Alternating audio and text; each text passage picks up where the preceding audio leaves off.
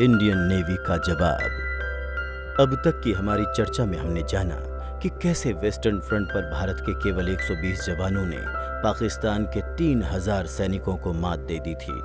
लेकिन अभी भी भारतीय नेवी ने पाकिस्तान के ऊपर कोई बड़ा हमला नहीं किया था।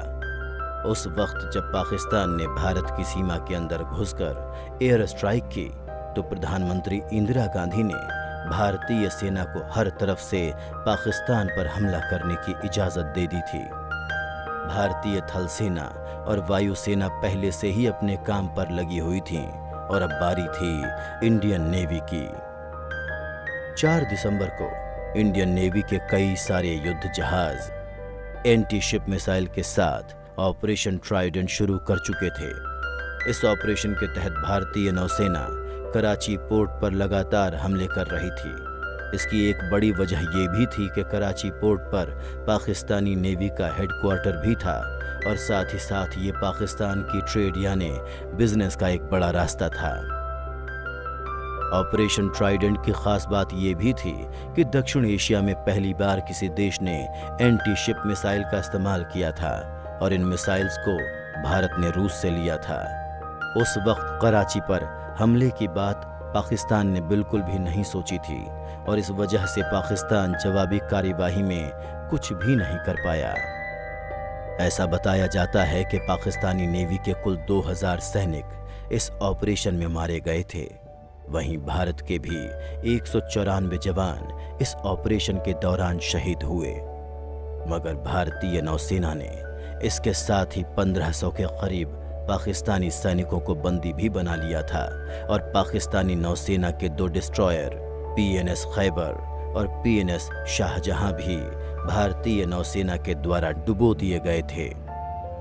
यही वो समय था जब पाकिस्तान ने अपनी सबसे खतरनाक सबमरीन पीएनएस गाजी को भारत के एयरक्राफ्ट करियर आईएनएस विक्रांत को खत्म करने के लिए भेजा था। उस वक्त आईएनएस विक्रांत भारत के लिए बहुत ही जरूरी था और भारत के पास पाकिस्तान की सबमरीन को रोकने के लिए कोई खास तरीका भी नहीं था।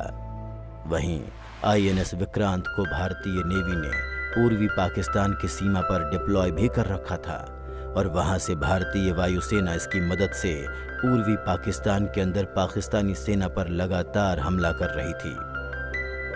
माना जाता है कि उस वक्त भारतीय खुफिया एजेंसी रॉ ने बड़ी महत्वपूर्ण भूमिका निभाई थी। भारतीय सेना को ये बात अच्छे से पता थी कि अगर पीएनएस गाजी आईएनएस विक्रांत तक पहुंच गया तो आईएनएस विक्रांत को बचाना काफ़ी मुश्किल हो जाएगा। इसीलिए खास प्लान बनाया गया और उन्होंने विशाखापट्टनम के बंदरगाह पर यह अफवाह फैलाई कि आईएनएस विक्रांत यहाँ पर आने वाला है और कुछ ही समय में यह अफवाह पाकिस्तान की खुफिया एजेंसी तक भी पहुँच गई और पाकिस्तान ने पीएनएस गाजी को विशाखापट्टनम की ओर मोड़ दिया। जिस वक्त पीएनएस गाजी को विशाखापट्टनम के पोर्ट की ओर मोड़ा गया, उस वक्त वहां पर आईएनएस राजपूत युद्ध के जहाज पहले से मौजूद थे। आईएनएस राजपूत में उस वक्त कुछ तकनीकी समस्याएं चल रही थीं और इसी वजह से उसे युद्ध में उतारा नहीं गया था।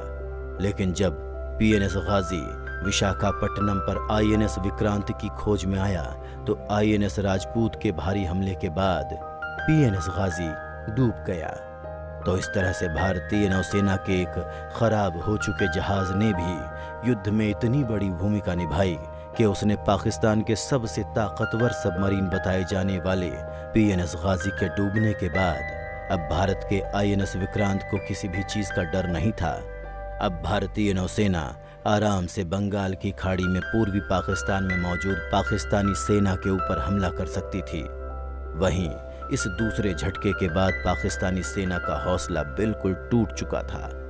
दूसरी तरफ भारत के लिए ये जीत बहुत ज्यादा जरूरी थी क्योंकि भारत के पास उस वक्त कोई भी एंटी सबमरीन और फ्रिगेट नहीं थी और एक फ्रिगेट जो भारत के पास थी वो थी आईएनएस खुखरी, जिसे पाकिस्तानी नौसेना ने पहले ही डुबो दिया था और इस वजह से अब भारतीय नौसेना के लिए ये ज़रूरी हो गया था कि वो अपने एकमात्र एयरक्राफ्ट करियर आईएनएस विक्रांत को पाकिस्तानी सबमरीन पीएनएस गाजी से बचा कर रखे। भारतीय नौसेना की समझदारी, सूझबूझ और रॉ के शानदार इंटेलिजेंस फीडबैक के चलते भारतीय नौसेना पाकिस्तानी सेना को इतना बड़ा झटका दे पाई थी।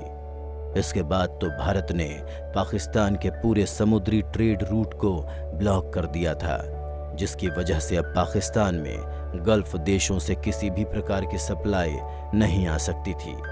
इसके साथ ही जंग के इस पड़ाव तक पाकिस्तानी नौसेना को काफी ज्यादा नुकसान हो चुका था। उन्होंने ये सोचा था कि भारत को हराना इस वक्त आसान होगा, क्योंकि अमेरिका जैसे बड़े देश भारत के खिलाफ थे। लेकिन पाकिस्तान उस वक्त इस बात को भूल चुका था कि भारत के समर्थन में सोवियत संघ खड़ा था। सोवियत संघ और अमेरिका की आपसी दुश्मनी के चलते ये दोनों इस युद्ध में अपना दबदबा बनाकर रखना चाहते थे। सोवियत संघ ने पाकिस्तान को कई बार चेतावनी भी दी थी कि वो इस युद्ध को शुरू ना करे। साथ ही साथ सोवियत ने पाकिस्तान को ये भी कहा था कि अगर वो युद्ध शुरू करता है तो ये पाकिस्तान के लिए आत्महत्या करने जैसा फैसला होगा। ये सब जानकर अब हमारे सामने सवाल ये आता है कि आखिरकार रूस ने कैसे भारत की इतनी सहायता की और क्यों अमेरिका और ब्रिटेन जैसे बड़े देश युद्ध में भारत के खिलाफ कुछ भी कदम नहीं उठा पाए। हमारे अगले एपिसोड में हम इसके बारे में ही चर्चा करेंगे कि आखिरकार ये सब कुछ हो कैसे रहा था।